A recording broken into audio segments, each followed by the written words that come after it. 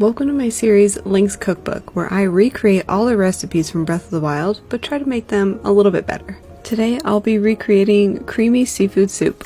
Link's recipe calls for seafood, any vegetable, salt, and milk.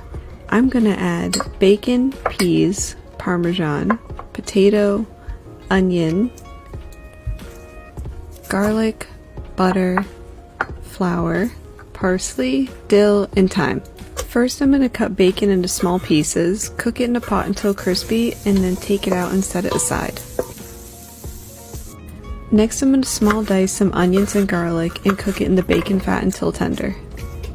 Then I'm going to remove the onions from the pot and drain out the extra bacon fat.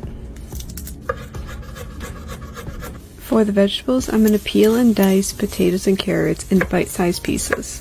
I'm going to set these in a bowl to the side until the base of the soup is ready. These will take longer to cook, so we'll be adding them first. In the same pot that I cooked the bacon in, I'm going to add some butter and flour to make a roux. I'm going to let that cook until it's nice and golden and then add in the cream. And don't worry about the bacon bits at the bottom of the pan, it only adds more flavor. Once all the cream is added, I'm going to add back the onions, garlic, the potatoes, and the carrots. While the base of the soup cooks down, I'm going to be a little extra. I'm going to make some Parmesan chips for the soup. I'll use these as garnish at the end. I'm using a ring mold to help the Parmesan keep shape before we bake it. After a few minutes in the oven, we have a toasty, crispy cheese chip.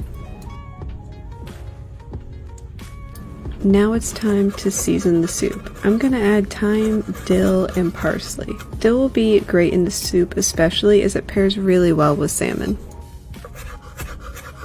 Once the herbs are chopped, I can add them to the soup along with salt, pepper, and some crushed red pepper.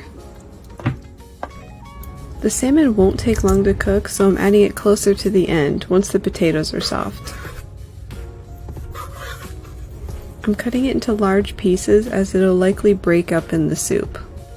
And we like it a little bit chunky.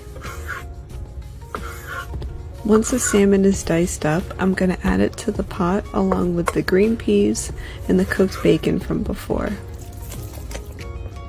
The salmon will need a few minutes and then the soup is done. And now it's time to plate the soup. Do you guys like your bacon crispy or chewy? Let me know. I'm also going to add some dill and a little lemon. And this is my take on Link's creamy seafood soup. This came out so good and perfect for the upcoming fall season. Be sure to like and follow to see what I recreate next week. And come hang out with me live at twitch.tv/redmercy.